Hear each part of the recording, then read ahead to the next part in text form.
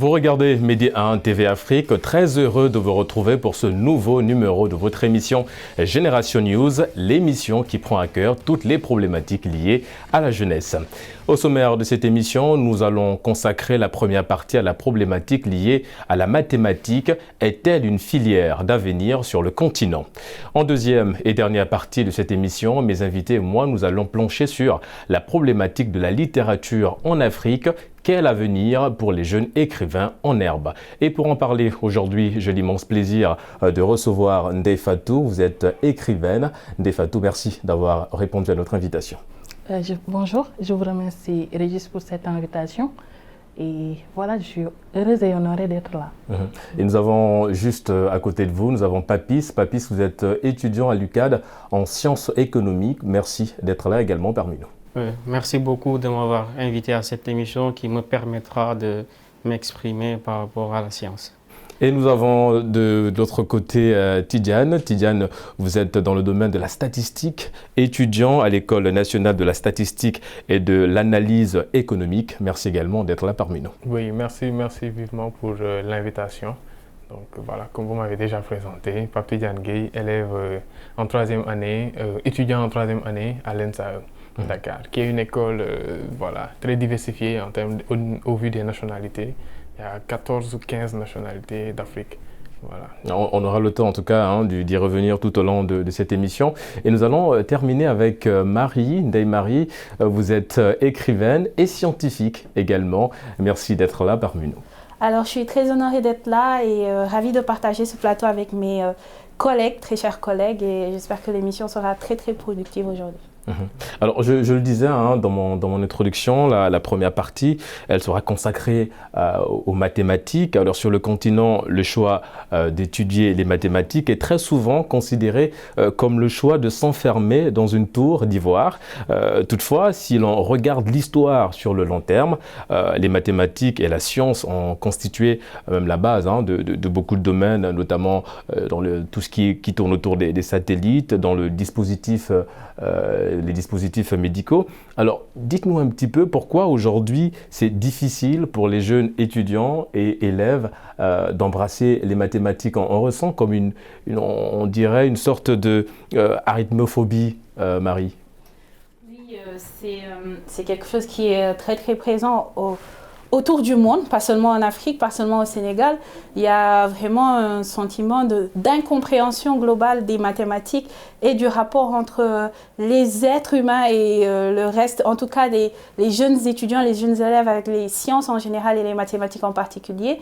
Je pense que c'est un mot même qui fait trembler certains élèves lors des examens, qui cause des maux de tête un peu partout dans les écoles, parce que en fait on a peut-être raté le cloche dans l'adaptabilité des modèles d'enseignement de cette discipline, mais aussi dans dans l'adaptabilité aussi du modèle par rapport à l'évolution même de nos sociétés aujourd'hui.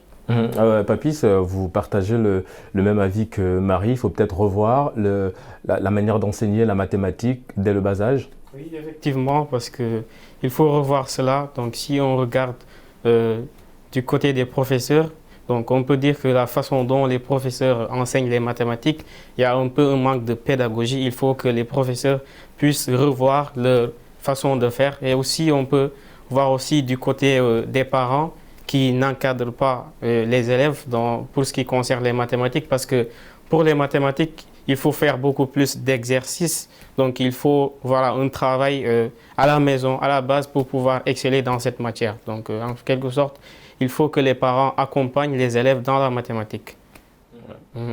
Ok, justement, en parlant de la mathématique, des mathématiques, Papis parlait tout à l'heure d'un suivi. Est-ce qu'il ne faudrait pas aussi améliorer les moyens d'enseignement des mathématiques pour créer plus d'intérêt de la discipline chez les jeunes? Tidiane. Tout à fait.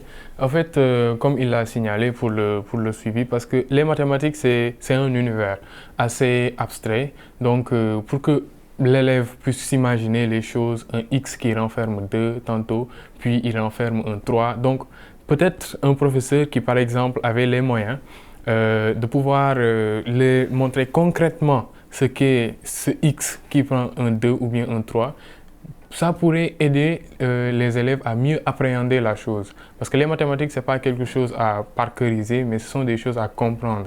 Comprendre l'essence qui est derrière. Quand on donne une définition mathématique, ne pas prendre un mot bizarre dans la phrase et voilà, se représenter ce mot d'une manière très bizarre qui va faire qu'on ne va pas comprendre. Mais comprendre carrément que ça m'aide peut-être par exemple si on dit domaine de définition, souvent mes camarades au lycée, lorsqu'ils entendaient domaine de définition, après on abrège ça DDF et puis après le mythe c'est DDF.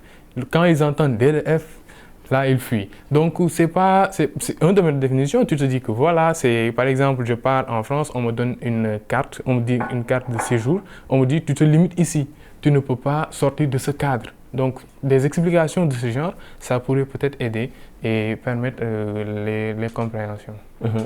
Ndé Fatou, on a parlé évidemment des mathématiques, tout ce qui tourne autour des mathématiques. Il y a plusieurs domaines, l'informatique ou encore voilà, vraiment tout ce qui tourne autour des mathématiques. Comment justement les mathématiques peuvent apporter des solutions fiables, palpables aux problèmes de l'Afrique? Comment les mathématiques peuvent apporter des solutions fiables? Je pense que tout est déjà dans l'enseignement. Tout est dans l'enseignement en fait. Et sur ce point, je voudrais un peu rebondir sur ce qu'ils ont dit. Je pense qu'il faudrait repenser la conception des mathématiques. Il faudrait peut-être mettre un peu plus de créativité dans l'enseignement des mathématiques et tout. Il faudrait faire en sorte que ça ne rebute plus les gens, que ça ne ressemble plus à un domaine hermétique, que ça ne semble plus à une matière difficile, inaccessible et tout cela.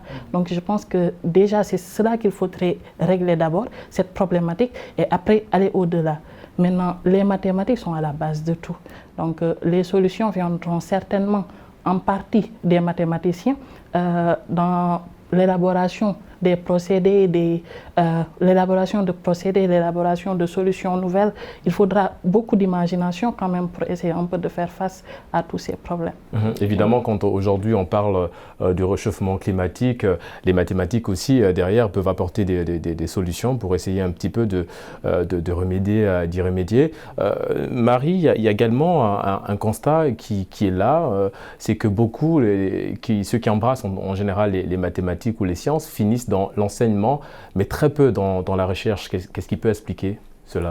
Eh bien, je pense qu'on en a beaucoup parlé un peu partout et c'est par rapport aussi au système éducatif et au processus même de l'accès à la recherche. Aujourd'hui, on a des étudiants qui passent par des facultés, qui passent par des écoles où déjà le défi est très grand pour arriver au master, pour terminer.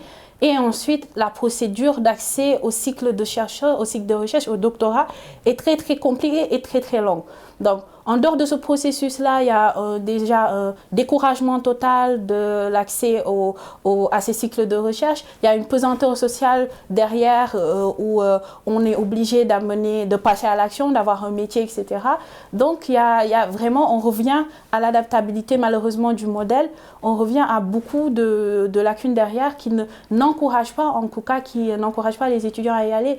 Et aujourd'hui, quand on parle de sciences mathématiques, au-delà de la mise en place des bases, l'élève doit devenir le professeur, c'est-à-dire qu'on doit sortir du cadre de simplement apprendre et aller vers le sens de créer, parce que la création de solutions vient de l'adaptabilité des modèles, vient aussi de la création, vient du fait qu'on laisse l'élève, qu'on laisse l'apprenant partir au-delà. Et pour qu'il parte au-delà, il faut l'encourager et aussi mettre en place un processus, des procédés simplifiés qui lui permettraient de devenir un chercheur. Justement, et allez-y. Je ne sais pas rapport à ça, mais je pense que même le problème ne se limite pas là-bas, pas avec les moyens, parce qu'on peut prendre les étudiants, les donner leurs moyens, mais est-ce qu'eux-mêmes, en fait, ils sentent la nécessité de faire ces recherches-là dans un pays où les parents courent du matin au soir pour amener quelque chose à la maison? Donc la priorité pour un étudiant, peut-être qui est dans une famille très démunie, donc ce n'est pas peut-être d'aller rechercher, de trouver des formules, mais d'apprendre, avoir un travail, avoir un salaire et aider ses parents, pour la plupart des cas. Parce qu'il y a des besoins physiologiques, des besoins primaires qu'il faut d'abord assurer. assurer le petit-déj, assurer le déjeuner, le dîner, avoir un toit, pouvoir dormir tranquillement, ainsi de suite, ainsi de suite. Mais tu peux pas prendre, je peux vous donner le cas d'un de nos professeurs qui nous expliquait que lorsqu'il était étudiant, il n'avait pas de bourse, il n'avait pas de soutien familial. Qu'est-ce qu'il faisait? Il suivait ses cours, à 16h, il part donner des cours, il rentre à 20h, il apprend jusqu'à 2h, 3h, puis il se couche pour revenir à l'école à 8h, et 8h plus, il doit être en classe. Il ne doit pas être en retard, il ne doit pas être absent. Mais dans ces conditions sociales où les besoins primaires ne sont pas encore résolus, il serait impossible, même avec les moyens techniques, matériels, les moyens scientifiques, de faire la recherche. Alors, là, c'est ce dont elle a parlé aussi. Elle a parlé de pesanteur sociale, qui est une partie du problème, je suis d'accord. Et là, je me dis qu'il faudrait aussi imaginer des moyens de faire en sorte qu'on puisse satisfaire à ces deux exigences. Que l'étudiant puisse devenir un salarié, par exemple, pour pouvoir subvenir à ses besoins, mais qu'au-delà, il puisse aussi faire des recherches. Je me dis que c'est un peu cette situation qu'il faudrait... Et j'allais revenir sur ça parce qu'on est dans je pense, sur un modèle maintenant qui est très très différent de ce qui s'est passé avec votre professeur, puisqu'aujourd'hui, on a des étudiants qui sont entrepreneurs, qui sont innovateurs. Donc, on n'attend plus maintenant de terminer, ou on est vraiment dans une ère où les étudiants, où les jeunes sont conscients des défis majeurs auxquels sont confrontés notre continent, et on se lance très vite dans l'entrepreneuriat. Et les bases de l'entrepreneuriat aujourd'hui, c'est l'innovation et la création. Donc si on met en place des centres de recherche, par exemple dans le domaine du génie civil, où aujourd'hui les jeunes n'attendent plus de terminer leur cycle d'ingénieur pour mettre en place des solutions intelligentes, des solutions innovantes, pour apprendre des processus pour mettre en place des processus de création et de construction alternative, si ces centres de recherche étaient disponibles, mis en place dans le cycle même des étudiants, aujourd'hui, on aurait beaucoup plus de création et d'innovation. Et c'est sur ça qu'on peut miser, pour moi, aujourd'hui, pour relever les défis du continent. Et non pas... et même cela va dans la satisfaction des besoins primaires. Parce qu'aujourd'hui, si on veut que les étudiants puissent satisfaire leurs besoins primaires, les jeunes puissent satisfaire leurs besoins primaires, il faut former non pas seulement des apprenants, mais des entrepreneurs, qu'ils créent eux-mêmes de la valeur, qu'ils ne soient pas dans le cycle de juste apprendre, terminer, aller travailler, non, mais qu'ils aient en tête que j'apprends pas pour simplement continuer à apprendre. Je ne suis pas dans un processus, je vais dire en mots très lourds, d'esclavage intellectuel, mais dans un processus où, au-delà d'apprendre, je suis capable de créer, je suis capable d'innover. Et c'est dans ce sens qu'on doit réellement accompagner les jeunes, en mon sens. Papis, oui. Effectivement, pour rebondir dans ce qu'ils disent, donc je pense que ce qui fait que les étudiants abandonnent la science, c'est qu'il y a une forte pression sociale. Donc il y a des étudiants qui sont issus d'une famille qui est un peu démunie. Donc il y a une pression sociale. Donc ces étudiants sont censés aider leurs parents dans tout ce qui concerne la famille. Donc dès le bas âge, ces étudiants-là se mettent dans la tête. Donc je vais faire que si j'arrive à avoir ma licence, donc je vais aller faire des concours et aller aider mes parents. Donc, il y a cette pression sociale. Donc, il faut que l'État puisse accompagner ces jeunes. Donc, qu'il y ait leur bourse, en quelque sorte aussi, qu'on puisse augmenter leur bourse pour que ces gens-là n'aient pas un peu de problème par un problème financier.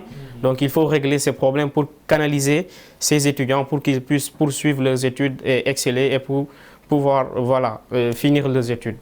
Marie, elle parlait tout à l'heure évidemment des structures pour accompagner ces jeunes-là qui décident, qui veulent poursuivre leur cursus scolaire jusqu'au doctorat. Enfin, beaucoup espèrent aller jusqu'à ce niveau-là. Marie, est-ce qu'il faut, est-ce qu'il faut beaucoup de partenariats avec des structures aussi pour susciter l'intérêt de ces étudiants? Oui, je pense que là, ce serait quand même une solution assez pertinente et assez efficace. S'il y avait, par exemple, et je pense que certaines écoles ont commencé à faire ça, ils ont des partenariats avec des entreprises, par exemple, et il y a les étudiants qui, à un certain niveau, sont obligés d'aller vers ces entreprises-là pour faire des stages, ce genre de choses. Donc, je pense que ça, ce serait une bonne idée. Il faut plus de structures, il faut également plus de moyens. Ça, c'est vrai. Tout cela est vrai. Mais ce qu'il faut surtout, c'est apprendre aux gens une autre façon de penser. Leur expliquer que non, ils n'ont pas besoin d'apprendre, d'aller travailler, de cesser leurs études, d'aller travailler. Que ce qu'ils peuvent faire, c'est allier les deux. Qu'ils peuvent travailler et en même temps continuer leur recherche. Pourquoi? Parce que là, ça va au-delà d'eux-mêmes. On parle du destin quand même d'un continent, ça va au-delà d'une seule personne. Donc, ce qui serait bien quand même, c'est que les gens plutôt, excusez-moi, puissent avoir cette culture-là, d'aller au-delà d'eux-mêmes, d'aller au-delà de leurs besoins primaires, de pouvoir comprendre qu'on peut satisfaire et les besoins et ces besoins primaires-là, et également une plus haute cause. Je pense que c'est un peu ça qu'il faudrait. Alors, Tidiane, comment vous avez apprécié l'initiative justement de l'ancien ministre de l'Enseignement supérieur, le professeur Marie Tounian, qui avait en tout cas l'ambition, l'initiative de pousser beaucoup de jeunes, notamment les jeunes filles, dans le domaine scientifique? Oui, ça c'est une très bonne initiative parce que la femme, elle est, comment dirais-je, la base de la société. Donc, si on cible d'une manière les femmes ou bien les filles, on cible, en général, on cible aussi la société. Parce que les mamans, en fait, dans les maisons, c'est les mamans qui éduquent la plupart du temps. Ou bien même, bon, dans certains cas, ça passe plus avec les mamans. Parce que j'avais lu quelque part, là où on avait fait une enquête, aux États-Unis, ils ont pris un échantillon de femmes qui étaient des médecins. Donc, ils ont vu là-bas que sur 70% de ces femmes qui ont été des médecins, leurs enfants ont aussi suivi la même chose. Ce qui montre l'influence des mères sur les enfants. Donc, c'est quelque chose à encourager et aussi parce que aussi le problème c'est que dans ces pays on commence des politiques et il n'y a pas de suivi de ces politiques là, donc ce sont des choses à encourager et aussi à perpétuer. Parce que les mathématiques, comme pour la question de tantôt, comment est-ce que ça peut aider à développer l'Afrique, parce que la manière dont ça peut aider au développement peut se résumer en deux blocs. Premièrement, un développement personnel de l'individu sur sa capacité de réflexion, la manière dont l'individu va réfléchir, à essayer d'optimiser, par exemple de ne pas dépenser beaucoup plus qu'il faut. Parce que ce qu'on voit ici actuellement au Sénégal, c'est qu'on fait des baptêmes qui nécessitent peut-être 300 000, mais on dépense 3 millions. On fait des mariages pour 500 000, mais on dépense 2 millions. Donc, essayer que la personne soit un peu plus homo economicus. Donc ça, c'est la gestion. Voilà, tout à fait. L'autre point aussi, l'autre bloc, c'est les domaines comme par exemple l'informatique, la statistique, les domaines comme la santé. Tout ça, la base, c'est les mathématiques. Les programmes utilisés en informatique, la base, c'est les mathématiques. L'outil statistique, en fait, c'est juste une combinaison des différents aspects des mathématiques. Donc, c'est quelque chose qui vraiment, voilà quoi. C'est assez évident, mais peut-être, je ne sais pas pourquoi les gens ne le voient pas comme ça, souvent. Okay. Pour rebondir à ce qu'il dit, donc les mathématiques, c'est très important. Donc si on parle de la physique, la chimie, si on parle des statistiques, de la science économique, la base de tout cela, c'est les mathématiques. Donc les mathématiques jouent un rôle très important. Pour ce qui concerne le développement de l'informatique, les mathématiques ont joué aussi une place très importante. Donc s'il n'y a pas de mathématiques, je pense qu'il n'y aura pas d'informatique. Et aussi s'il n'y avait pas de mathématiques, il n'y aura pas de sciences et en quelque sorte les maths sont très importantes pour la science. Il y a une sorte de complémentarité entre toutes ces disciplines qui tournent évidemment, qui gravitent autour de la mathématique. Ndeye-Marie, on va peut-être revenir sur la question, l'orientation des jeunes filles dans le domaine scientifique. Vous-même, vous êtes une scientifique, vous avez démarré par les mathématiques. Comment vous avez apprécié l'initiative ? Donc, je vais revenir un peu sur les propos de mon collègue. Les mathématiques, c'est vrai que ça joue beaucoup dans le développement personnel de l'individu, quoique quand on parle de pesanteur sociale, et là on va en revenir, il y a des ingénieurs aujourd'hui qui font des baptêmes à 3 millions. Donc, c'est pas parce qu'ils sont ingénieurs, c'est pas parce qu'on est passé par les mathématiques qu'on a forcément en fait le pouvoir d'aller à l'encontre des pesanteurs sociales. Et là, c'est un peu mon côté littéraire qui parle. Et dans les sciences, l'engagement des jeunes filles dans les sciences est quelque chose de fondamental dans le sens où ça renforce leur pouvoir d'agir. Et dans le renforcement des pouvoirs d'agir, c'est la création de solutions. J'insiste sur ça. L'innovation, les mathématiques, j'aime bien quand on le définit comme un outil. Plutôt qu'une discipline, c'est un outil qui se décline sur plusieurs disciplines. On a des statistiques, on a l'économie, on a le génie civil, l'informatique, l'électronique, l'électrique. Il y a énormément de disciplines qui gravitent autour de cet outil. Et c'est un outil de base qui est fondamental, comme l'ont si bien dit mes collègues. Et aujourd'hui, en fait, cet outil-là, ce qu'il faut faire, au-delà d'encourager les gens à apprendre ces scientifiques, à apprendre les mathématiques, mais à jouer aussi sur l'adaptabilité des mathématiques dans leur discipline. Et j'insiste encore sur la création de solutions et l'innovation. Et voilà, donc j'encourage cette initiative. Et comme l'a si bien dit mon collègue, j'espère qu'aujourd'hui on aura beaucoup plus de filles scientifiques parce que ça c'est encore une fois au-delà de la difficulté de la matière. Au-delà de ça, il y a aussi une pesanteur sociale qui fait que les filles, généralement, sont beaucoup plus psychologiquement orientées vers des filières littéraires, vers la beauté, vers l'esthétique, plus que vers ces disciplines-là qu'on décrit comme des disciplines de non-création, ce qui n'est pas vrai, parce que dans le sens de l'innovation, elles sont fondamentales. Et ce qui crée parfois des expressions ou bien des étonnements un petit peu sexistes, parce qu'on se dit, une femme qui se retrouve dans un domaine, entre guillemets, réservé aux hommes, du coup, on se dit, c'est pas possible. Oui, c'est pas possible et c'est quelque chose qu'on constate au quotidien dans des classes d'ingénieurs ou dans des filières scientifiques. Il y a plus de garçons que de filles, généralement. Mais c'est pas parce que les filles ne sont pas capables de relever le défi, mais c'est quelque chose qui se fait en amont. C'est-à-dire, avant d'arriver au stade de l'université, il y a toute une déconstruction qui est faite dès l'école primaire. On va dire à la fille, il y a des expressions que les professeurs utilisent parfois. Quand on est dans des séries scientifiques, il y a des professeurs qui vont utiliser certaines expressions, qui vont dire une fille en S1, qu'est-ce qu'elle fait en S1, qu'est-ce que tu fais en mathématiques, l'ingénierat c'est trop dur pour une fille. Il y a énormément de critiques dans ce genre-là qui pousseraient même certaines personnes à peut-être s'orienter vers autre chose. Je ne peux pas être ingénieur en génie civil, je ne peux pas être sur les chantiers, l'électronique c'est trop dur, l'informatique c'est des codes, les filles n'ont pas un esprit pour appréhender certaines problématiques liées aux sciences. Et ce qui est totalement faux parce que nous avons tous le même cerveau et qu'on peut tous relever ces défis-là, mais comme on l'a dit, la société est vraiment responsable de cela. Là, j'en apprends des choses parce que je ne savais pas que dans les classes scientifiques, c'est comme ça que ça se passait. D'après ce que j'avais compris, c'était plutôt que les gens avaient cette perception, et c'est ce que j'ai dit tout à l'heure, ils ont une certaine perception des mathématiques. Les mathématiques sont ennuyeuses, les mathématiques sont difficiles, les mathématiques sont hermétiques. Et à cause de cela, les gens vont vers plus de liberté. Et ce plus de liberté-là, qu'est-ce qu'ils leur offrent? Ce sont les disciplines littéraires. Je pense que c'est surtout à cause de cela qu'il y a plus de filles qui se tournent vers les matières, exactement, vers les matières littéraires que vers les matières scientifiques. Parce que là, on ne peut pas parler de difficultés. Les matières littéraires sont difficiles aussi. En fait, je ne voudrais même pas parler de difficultés. Je pense qu'il s'agit juste d'investissement personnel, de concentration. Il s'agit aussi de le vouloir.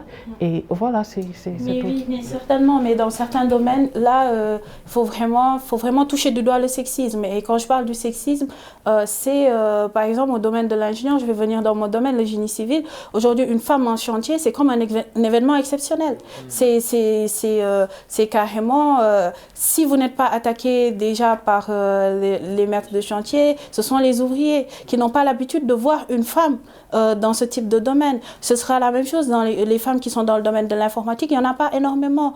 Il y a des femmes qui sont dans le domaine de l'électronique, il n'y en a pas énormément. Et pourquoi il n'y en a pas énormément? C'est pas que les femmes ont plus d'inclinaison ou pas à la littérature, et moi je ne suis pas d'accord dans ce sens, c'est quand on pose déjà les jalons de là où tu dois passer généralement dans beaucoup de sociétés et dans énormément de cursus, bah, les filles s'orientent beaucoup plus vers ça. Et ça, c'est une politique qu'il faut mettre en place. C'est encourager les gens à ne plus utiliser certaines expressions sexistes. Une fille a sa place dans une filière littéraire. Il y a des filles qui ne sont pas intéressées par la littérature. Toutes les filles n'ont pas la même construction psychologique.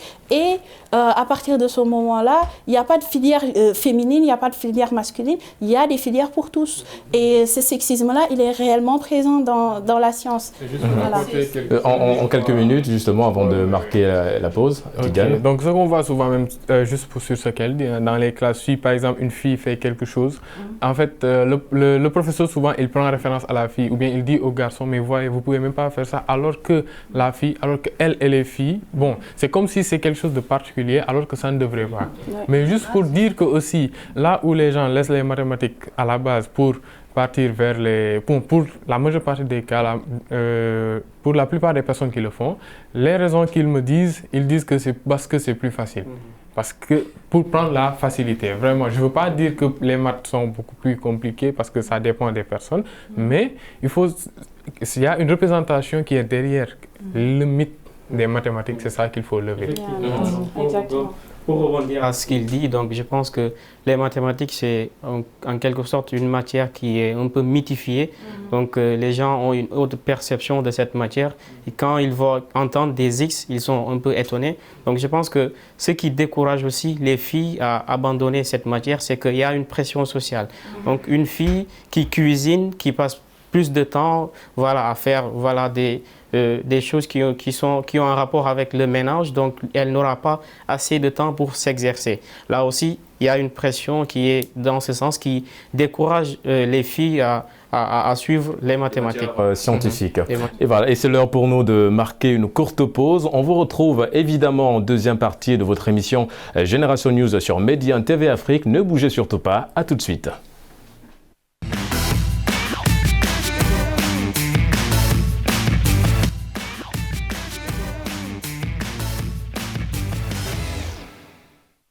De retour sur Medi 1 TV Afrique pour la deuxième et dernière partie de cette émission Génération News. Nous allons à présent parler de la littérature sur le continent africain. À ses débuts, la littérature africaine suivait essentiellement une tradition orale. C'est seulement à partir des années 1950 que les actuels classiques de la littérature africaine tels que Kamara Lai ou encore Ousmane Sembène. Mais aujourd'hui, on assiste évidemment à l'éclosion de beaucoup d'écrivains et écrivaines, des jeunes écrivains et écrivaines, qui en tout cas nous présentent des œuvres assez éclectiques, assez intéressantes aussi, ces œuvres-là. Desmarie, dites-nous un petit peu comment ça s'est passé pour vous, cet amour pour la littérature. Alors, je vais dire que mon amour pour la littérature, c'est un amour qui, disons, remonte de mes origines, puisque j'ai grandi dans une maison où les livres étaient omniprésents. Une mère professeure de français, un père journaliste qui ont mis les livres, c'est-à-dire quand on ne savait même pas encore lire, on avait des livres à côté de nous qu'on feuilletait, on est dessiné à l'intérieur. Et pour moi, lire, ça a été vraiment quelque chose d'énormément constructif dans mon processus de pensée. Ça m'a énormément aidé dans ma construction sociale, dans mon développement personnel. Et ce qui m'a poussé à passer de l'autre côté, à écrire, ça a été vraiment un déclic de partage. Et je pense que c'est quelque chose qui est très libérateur et qui m'a permis de me développer dans tous les domaines et dans tous les aspects de ma vie. Alors, Ndefatou, évidemment, vous également, vous êtes écrivaine, vous avez une œuvre qui est déjà sur le marché. Dites-nous un petit peu comment ça s'est passé quand vous êtes allé à la rencontre de ces maisons d'édition, quand vous avez toqué à la porte. Bon, déjà, il y a eu un manuscrit. Et c'est aussi un ami, comme dans ton cas, qui m'avait conseillé d'aller le faire parce qu'au début, je n'avais pas trop confiance en moi. C'est vrai que j'ai beaucoup écrit, j'ai écrit pendant longtemps et tout, mais je n'avais pas trop confiance. Donc, à un moment, il fallait juste le faire. Un ami m'a encouragée et je pense même que c'est lui. C'est lui qui est allé déposer le manuscrit dans une maison d'édition. Et après qu'il l'ait fait, on m'a appelé pour me dire que voilà, mon manuscrit était publiable, que le comité de lecture l'avait lu et avait pensé que c'était publiable. Donc après, on m'a convoquée. Je suis venue, j'ai quitté Saint-Louis pour venir à Dakar. Là, j'étais étudiante. Et bon, c'est à partir de ce moment que les choses se sont un peu corsées parce que dans mon imaginaire, moi, j'allais juste amener mon manuscrit, les gens allaient l'évaluer et après ils allaient l'éditer s'ils estimaient que c'était quelque chose qu'il fallait éditer et tout. On m'a dit que non, que ça ne se passait pas vraiment comme ça, qu'il fallait quand même payer. Et là, j'étais une étudiante, qu'il fallait payer une somme assez astronomique. Surtout, c'est ça m'a carrément refroidi. Donc, ce que j'ai fait, c'est que j'ai préféré attendre. Pourquoi? Peut-être que j'aurais pu en parler à des parents, j'aurais pu en parler à mes parents déjà, mais en ce moment, l'écriture était surtout un processus secret. Je ne parlais pas beaucoup de ce que je faisais. Je n'aimais pas en parler, je n'aimais pas trop partager. Donc, quand on m'a dit que ça se passait comme ça, je me suis dit, bon, attends encore, et c'est pour ça que j'ai publié. Je n'ai publié qu'en 2015. Vous avez également remporté parce qu'évidemment, cet ouvrage, cette œuvre a porté ses fruits, hein, si on peut le dire ainsi, puisque vous avez remporté le prix Aminata Sow Fall. Dites-nous un petit peu quel a été votre ressenti? Bon, là, en fait, c'est 2 ouvrages. Le premier, c'est son histoire, je viens de vous la raconter. Et le deuxième, ça s'est passé un peu de la même manière, je pense. J'avais toujours ces doutes-là sur mes qualités littéraires et tout. Et il y a aussi eu une amie. Et là, c'est l'occasion quand même de remercier mes amis. J'ai la chance d'avoir des amis extraordinaires. Il y a eu une amie qui m'a parlé du prix Aminata Sow Fall. Je lui avais demandé de déposer. Je voulais qu'elle dépose aussi un manuscrit. Elle m'a dit oui, on va en reparler et tout. Et après, elle m'a encouragée aussi. Et c'est aussi cette amie qui a pris mon manuscrit et qui est allée déposer ça à la direction du livre à la direction du livre. Donc, ce qui s'est passé après, un jour, j'étais là au travail et on m'a appelé. On m'a dit que j'étais lauréate du prix, qu'on avait choisi mon livre. Et là, je pense que je suis restée un moment silencieuse et la personne à l'autre bout du fil n'arrêtait pas de demander si j'étais toujours là. En fait, je n'y croyais pas parce que ça avait pris beaucoup de temps quand même. Je me disais, bon, de toute façon, c'est sûr qu'on a attribué le prix, que c'est de l'histoire ancienne. Mais quand il me l'a dit ce jour-là, bon, je pense que les choses ont changé à partir de ce moment quand même. Oui. Et justement, Tidiane, elle parlait tout à l'heure, on parlait des maisons d'édition. Il y en a très peu sur le continent, et même quand il y en a assez, ou quand il y en a, parce qu'elles existent, hein, ces maisons de publication, mais il y a vraiment pas d'informations autour. Est-ce que ça aussi, ça ne freine pas un petit peu ces jeunes écrivains et écrivaines qui veulent se lancer, mais qui n'ont pas les informations? Tout à fait. L'information, quand même, elle est capitale dans toute chose. Parce que si vous voulez écrire, donc, et que vous avez besoin d'une maison d'édition pour vous accompagner et que vous n'arrivez pas à la trouver, vous pouvez écrire des tonnes de choses, de livres qui pourraient profiter à une population, mais in fine, ça ne va pas servir. Donc, vous, peut-être journaliste, un peu, ce serait votre rôle, entre guillemets, de vulgariser un peu ces maisons d'édition-là, mais eux aussi, ils ont leur part de responsabilité, en fait, de faire une politique qui va accompagner, comme les concours qu'ils font, les prix et autres, pour accompagner et encourager, et aussi se faire connaître. Comme ça va permettre aux jeunes écrivains, et même encourager et permettre à ceux qui n'avaient jamais commencé à écrire, même à songer à entrer dans ce domaine, parce que peut-être voilà, ils ne savaient pas, mais après, lorsqu'ils vont voir les choses, voilà, le réel peut les inciter. Voilà. Papis, est-ce que la situation des jeunes écrivains sur le continent, un petit peu, est-ce qu'elle est meilleure? Est-ce que ces jeunes écrivains sont dans les bonnes conditions selon vous? Donc moi je pense que ces écrivains ne sont pas dans de bonnes conditions, parce que quand ces gens-là écrivent un livre, donc pour pouvoir le publier, donc ils se décarcassent pour pouvoir le faire, parce qu'il te faut des moyens financiers pour le faire, et aussi pour trouver une maison d'édition, c'est pas beaucoup en Afrique et particulièrement au Sénégal. Donc ils se décarcassent pour pouvoir le faire. Ils se demandent, donc je vais dans une maison d'édition pour publier mon livre, ou bien je vais le publier moi personnellement. Donc ils ont d'énormes difficultés pour pouvoir le faire. Donc c'est ça qui freine un peu voilà, les jeunes à pouvoir écrire. C'est ça qui leur freine. Donc je pense que ces jeunes-là méritent d'être accompagnés et aussi de les inciter aussi à écrire. L'accompagnement, oui, allez-y, Ndeye Fatou. Je voudrais juste ajouter quelque chose. C'est surtout l'information. C'est du côté de l'information que les choses pêchent vraiment. Parce qu'en 2015, je prends mon cas, en 2015 par exemple, si j'avais su qu'il y avait un fonds d'aide à l'édition, peut-être que je me serais... Non, c'était en 2013, peut-être que je n'aurais pas eu à attendre jusqu'en 2015. Donc je pense que c'est un peu cette information-là qui fait défaut. Il y a un fonds d'aide à l'édition qui accompagne les jeunes écrivains, qui accompagne les écrivains en règle générale. Donc je pense que si l'information passait un peu plus, ça aiderait.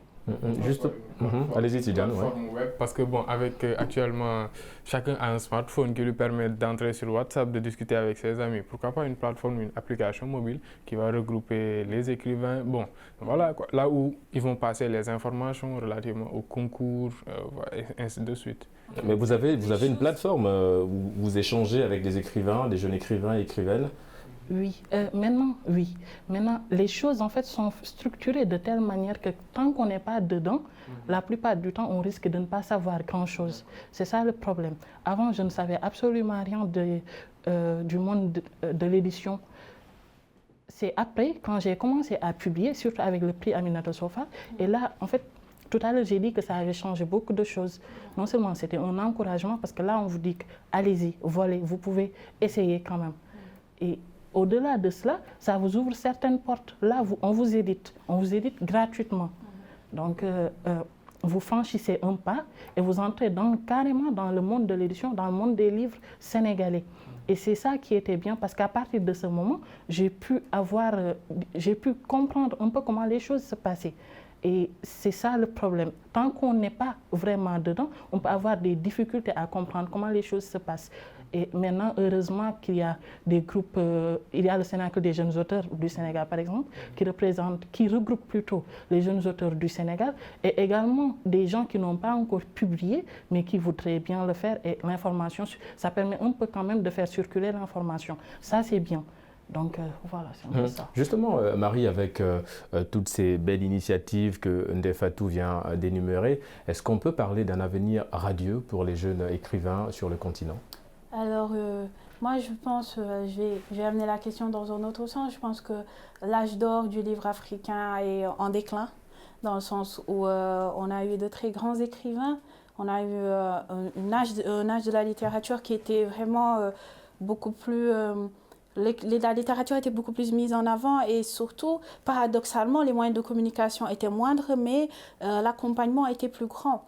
Et aujourd'hui, moi, je vais parler de mon cas. Lors de la publication de mon premier roman, j'avais 19 ans, j'étais à l'université et je n'avais aucune connaissance du monde de l'édition. Premier roman qui est sorti en 2017 En 2016. 2016, voilà, Gemini. Un lion cache. Ok, un lion cache, ensuite Gemini derrière. Ensuite Gemini.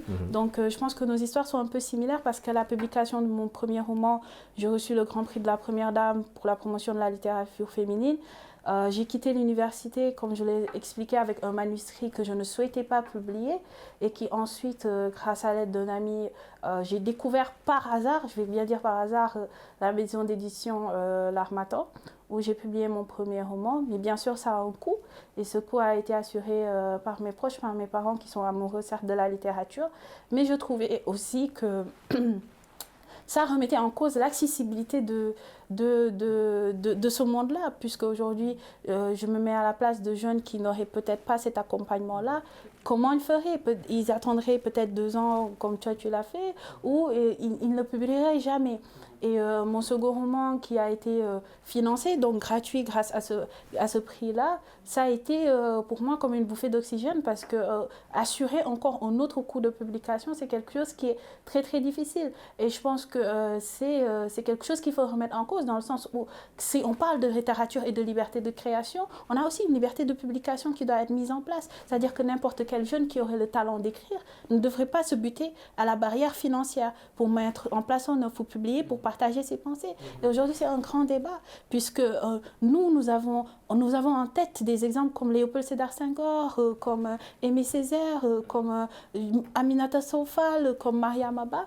Et on a cet idéal de la littérature où il suffit de créer finalement pour partager. Et quand on est face à cette réalité-là, on se pose des questions si cette littérature-là va perdurer. Puisque nous sommes dans un continent où on a des jeunes très très créatifs, on a énormément d'innovation, mais on a une barrière économique et financière qui est réelle. Et si aujourd'hui le monde de l'édition, de la publication n'est pas accessible à tous les créateurs, à tous les auteurs, alors est-ce que la littérature africaine va perdurer? C'est une grande question. Exactement, très grande question. Oui, oui, il y a cette barrière financière-là, et c'est le premier écueil, et ça semble aberrant. Vous vous dites qu'il suffit de créer, il suffit de se donner à fond, il suffit d'être créatif, et après on est récompensé. Récompensé comment? Pas financièrement, non, juste parce qu'on a envie de partager et qu'il y a des gens qui sont là pour ça, qui vont faire de sorte que ce soit possible. Et là, on vous dit non, ça ne se passe pas comme ça. Vous avez créé, certes, mais maintenant il faut aussi que vous payiez. Et ça semble aberrant. Et parfois, on se demande vraiment si ça vaut le coup, si ça vaut vraiment la peine de faire les choses de cette manière. Maintenant, pour ce qui est de l'avenir de la littérature africaine, là, je pense que j'ai plutôt parlé de la qualité littéraire des productions. En ce moment, je me suis dit, quand même, il y a quelques jours, en y réfléchissant un peu et en voyant ce qui a été publié, qu'on amorçait un peu quand même une pente, non, excusez-moi, le mot pente est très mal choisi ici. Je pense que la littérature africaine a quand même de beaux jours. Pourquoi? On assiste à l'éclosion de certains talents. On a des Mbougar Sarr, on a des Khalil Diallo. Je pense qu'avec eux et avec d'autres jeunes écrivains également, qu'on a quand même de beaux jours devant nous. Et ça, c'est bien. Il y a beaucoup de jeunes qui produisent et surtout, il y a des jeunes qui produisent de belles choses. Et ça, je me dis que c'est quand même bien pour la littérature. Je suis tout à fait d'accord dans le sens où du talent, je ne doute pas que les idées sont là, que le potentiel est là. Maintenant, l'accessibilité est une autre question. Parce que vous pouvez être Usain Bolt dans un village africain et que vous n'avez pas accès au grand monde du matériel, qu'aucune personne ne remarque votre talent et qu'aujourd'hui, vous vous retrouvez à 60 ans à vous dire « Mais pourtant, j'avais le talent de Usain Bolt. » Vous voyez? Donc, c'est ça la grande interrogation. Ce n'est pas... Les beaux jours sont là, puisque la créativité, puisque le talent de création sera de façon très très présent, toujours présent, et je ne doute pas qu'il est là. Mais aujourd'hui, la grande question, c'est l'accessibilité de ce monde-là, que la littérature aujourd'hui ne devait plus être posée, que la publication d'une œuvre ne doit plus être posée comme un exploit financier, que aujourd'hui tous les auteurs, que tous les créateurs, s'ils en ont le talent, devraient pouvoir accéder à ce monde, devaient pouvoir produire, parce qu'on a besoin de ce partage-là. On a posé la même question aujourd'hui à travers la science. On veut des chercheurs. Et aujourd'hui, tout le monde voudrait être chercheur, mais il a parlé des pesanteurs économiques. Si je n'ai pas les moyens d'aller jusqu'à la recherche parce que je dois nourrir ma famille, comment je vais y arriver? Et c'est la même question. Il faut une égalité des chances dans la création. Et évidemment, l'accompagnement des autorités derrière aussi pour évidemment faciliter la publication des œuvres. Papis, est-ce que Marie, tout à l'heure, elle parlait de partage. Évidemment, est-ce que vous sentez cette transition-là entre l'ancienne génération, si on peut l'appeler comme ça, d'écrivains et cette nouvelle vague des jeunes qui se lancent dans l'écriture? Est-ce que vous sentez cette passation de pouvoir, si on peut le dire ainsi? Oui, je pense que cette nouvelle génération aussi, ils ont l'envie d'écrire parce qu'il y a beaucoup de thématiques sur lesquelles on peut écrire. Donc les jeunes se lancent dans ça. Je pense qu'il y a cette envie de faire. Donc il faut un accompagnement, il faut qu'il y ait beaucoup plus d'informations pour que les jeunes soient beaucoup plus informés en quelque sorte et pour pouvoir aller à fond par rapport à la littérature. Donc je pense que voilà. Mais par rapport à cette transition, moi je me pose la question, est-ce que les jeunes littéraires s'inspirent des réalités culturelles des pays par rapport, par exemple, aux anciens écrivains qui souvent, tu lis un roman, à l'intérieur même, tu retrouves des mots wolof un peu bizarres ou bien ils décrivent comment dirais-je, les faits sociaux, en fait, avec leurs particularités, ainsi de suite. Est-ce que vous voyez de quoi je parle, en fait? Est-ce que actuellement, est-ce que les jeunes écrivent dans ce sens? Est-ce qu'ils permettent, par exemple, à la population peut-être de se ressourcer des fois? au lieu peut-être de s'orienter vers les thématiques, bon, avec un peu influencées par l'extérieur. Oui, justement parce que ce que Papis, ce que Tidiane vient de dire, effectivement c'est pertinent. Dans l'écriture, comment ça se passe? Évidemment, la question je l'ai posée tout à l'heure. Est-ce que vous déjà vous sentez cette transition-là, cette passation de pouvoir? Et si oui, c'est sur quel point exactement? Est-ce que c'est sur le style d'écriture ou sur d'autres points? Alors, la passation de pouvoir, en tout cas la transition est très difficile dans le sens où nous évoluons dans les mêmes sociétés. Donc les problématiques sociales, bien sûr, sont, disons, à peu près les mêmes des époques à une autre. Maintenant, dans les façons de les traiter, bien sûr, et dans les perceptions, ce sera très différent de l'ancienne époque à la nouvelle génération, bien sûr, puisque même le mariage aujourd'hui, appréhendé de l'époque de certains écrivains et de notre époque, est très différent. Donc, du coup aussi, une œuvre littéraire est faite pour que le public, ceux qui la lisent, s'y identifient. Je ne peux pas parler de mariage aujourd'hui en me référant à une réalité de 1950 quand aujourd'hui je vis en 2019. Donc j'ai besoin aussi de me référer à une réalité sociale, à une évolution de ma société et la transition est dans ce sens. Mais la transition n'est pas au niveau des thématiques abordées dans le sens où ce sont les mêmes thématiques ou sinon des thématiques nouvelles qui vont apparaître, mais sinon les thématiques de base sont toujours abordées. Et pour revenir un peu à la réflexion de Tidiane, donc Tidiane, pour répondre à ta question, je vais t'inviter un peu à... Tu es scientifique, mais à revenir à la lecture des nouvelles œuvres. Et c'est aussi un appel que je vais lancer. Il est essentiel que ces nouvelles œuvres soient présentes même dans nos programmes d'éducation. Parce qu'aujourd'hui, on a énormément de respect pour ceux qui nous ont précédés, mais si les jeunes ne lisent plus, et si les jeunes ne savent pas ce qui se passe dans la nouvelle littérature, c'est parce qu'on ne leur offre pas ces nouvelles littératures. C'est parce qu'on laisse intrinsèquement ou de façon, je ne sais pas, de façon rassurante, accrochés à une littérature africaine d'avant. C'est-à-dire qu'aujourd'hui, on a du Kamara Lai, on a du Mariam Abbas, qui est extraordinaire, ce que j'ai lu, mais il devrait y avoir du Neifatou au programme, il devrait y avoir autre chose à proposer, puisque ces jeunes-là sont aujourd'hui en 2019 et vivent des réalités auxquelles ils veulent s'identifier quand même.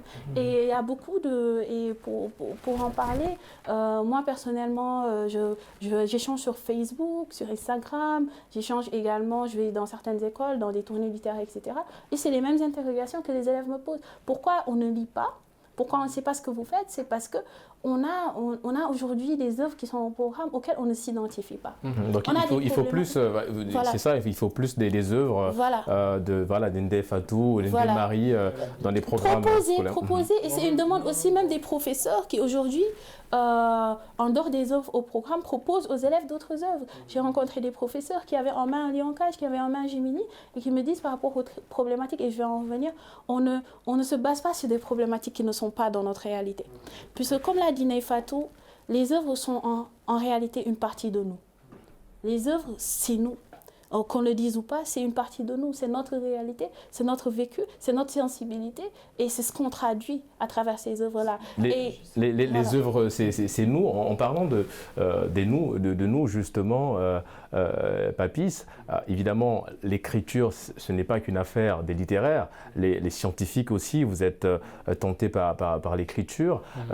Vous rejoignez un petit peu ce que Marie vient de dire, beaucoup plus de manuels, d'ouvrages créés par des jeunes dans les programmes scolaires. On s'attend demain à voir un ouvrage de Papis en sciences économie, je ne sais pas, dans 2 ans, 3 ans, c'est possible? Oui, c'est possible parce que voilà, la plupart des jeunes aujourd'hui, donc nous essayons d'écrire sur les thématiques qui sont d'actualité, donc donner notre point de vue par rapport à ces thématiques. Je pense que on doit, dans quelques années, Inch'Allah, nous pouvons écrire sur l'économie, donc notre façon de penser par rapport à l'économie. Je pense que ces livres-là aussi doivent être des œuvres de programme.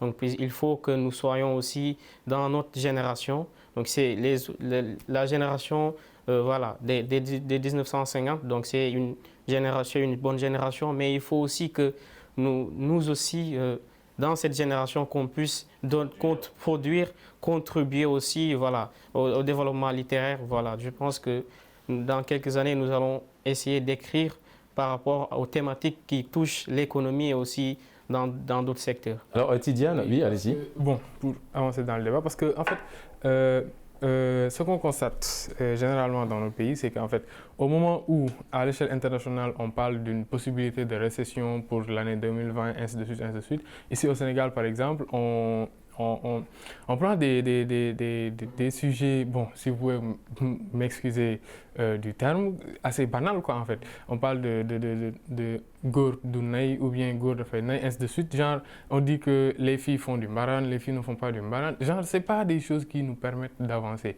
Ce qui nous permet d'avancer, c'est de construire, de voir la réalité économique du pays, de voir les faits sociaux et d'y apporter des solutions. Et dans ce sens, il n'y a pas mieux que l'écriture, voilà, l'écriture, que ce soit scientifique ou bien, voilà. Maintenant, et aussi pour rebondir à cette, pour rester dans cette cadence de trouver une solution, bon, j'avais posé la question pour savoir si on s'intéresse sur les thématiques sociaux au lieu de prendre en référence ce qui est externe, c'est en fait par rapport à une conscientisation de la population par rapport à ce qui est actuellement. Parce qu'avec la néocolonialisation, peut-être un camarade là qui va écrire quelque chose pour sensibiliser dans un sens, bon, à son époque, peut-être Ndeye Marie, à cette époque-là, ne ferait pas ça de la même manière, tout en restant... C'est l'angle d'écriture, de traitement qui change, évidemment. Oui, voilà. Mais peut-être, elle va se dire que, bon, Kamala a déjà parlé de ça, donc je n'ai pas besoin aussi de reprendre. Alors qu'elle pourrait peut-être prendre un autre angle, prendre en compte les aspects actuels et puis voilà, développer dans ce sens. Oui, Ndeye Fatou, il y a également un point qui est là. Je vois un petit peu le sourire de Marie parce qu'évidemment, on va l'aborder. Il y a plus de création chez les littéraires que chez les scientifiques. Je pense que c'est assez normal quand même, vu nos parcours. Je pense que c'est assez normal qu'il y ait cela. Pourquoi? Parce que nous, on est orienté en série littéraire. Ce qu'on fait, c'est que tout notre parcours, on lit, parce que nous savons que c'est ce que nous devons faire. Et je ne dis pas que les scientifiques ne doivent pas faire pareil. Le problème, c'est juste qu'ils sont programmés, je ne sais pas, excusez-moi. On leur dit que ce qu'il faut, c'est faire des exercices, c'est s'exercer. Ce qu'il faut, c'est ne pas perdre de temps dans des futilités et tout. Et ce qu'ils font, et ce qui est malheureux, c'est qu'ils pensent que les livres sont futiles. Pour certains, ils pensent que leur temps serait mieux employé à, par exemple, faire des exercices, à s'appliquer plus. Et ça, c'est dommage, parce qu'un bon scientifique est un bon littéraire et vice-versa. Donc, je pense que c'est assez dommage. Et c'est pour cette raison que les littéraires, quand même, produisent plus, parce que, disons, c'est juste un chemin tout tracé. On écrit, à la base, si on choisit la filière littéraire, c'est parce qu'on s'y sent bien déjà et peut-être qu'on a l'ambition d'écrire un jour, peut-être qu'on a l'ambition de faire autre chose, mais c'est toujours dans le domaine de la littérature. La plupart du temps, plutôt, c'est comme ça que cela se passe. Vous êtes partagé. Qu'est-ce que vous appelez créer dans tout ça? En termes de création. Oui, en termes de création. Est-ce que vous parlez de la production de livres seulement ou bien le fait d'aborder d'autres thématiques? Là, je vais un peu revenir à ce que vous disiez tout à l'heure. Je vous ai entendu vous demander ce qui nous inspirait en quelque sorte. Et pourquoi est-ce qu'on ne relatait pas plutôt les thématiques actuelles et tout? Et là, je me dis que ce qu'il faudrait éviter, c'est d'essayer d'enfermer l'artiste dans un sillon. Lui dire que ce qu'il faut, c'est ça. Il faut écrire sur telle thématique, il faut être engagé, il faut être ceci, il faut servir. Non, je ne pense pas qu'il faudrait faire cela. Ce qu'il faudrait, c'est laisser à l'artiste libre cours de s'épancher. Et quand je dis s'épancher, il peut s'épancher de diverses manières. Par exemple, en parlant de ces thématiques-là qui vous intéressent, ou plutôt en parlant d'autres choses. L'essentiel, c'est que la création soit assurée. L'essentiel, c'est que le paysage littéraire resplendisse. Exactement. Okay. Et c'est malheureusement sur cette belle parole de Ndeye Fatou que nous allons nous arrêter pour cette émission Génération News. Merci à Ndeye Fatou, merci à Papis, merci à Marie, merci également à Tidiane d'avoir participé à cette émission. Merci également à vous, chers téléspectateurs, de nous avoir regardés. Nous vous donnons évidemment rendez-vous la semaine prochaine pour un autre numéro de votre émission Génération News, l'émission qui prend à cœur les problématiques liées à la jeunesse sur Média TV Afrique.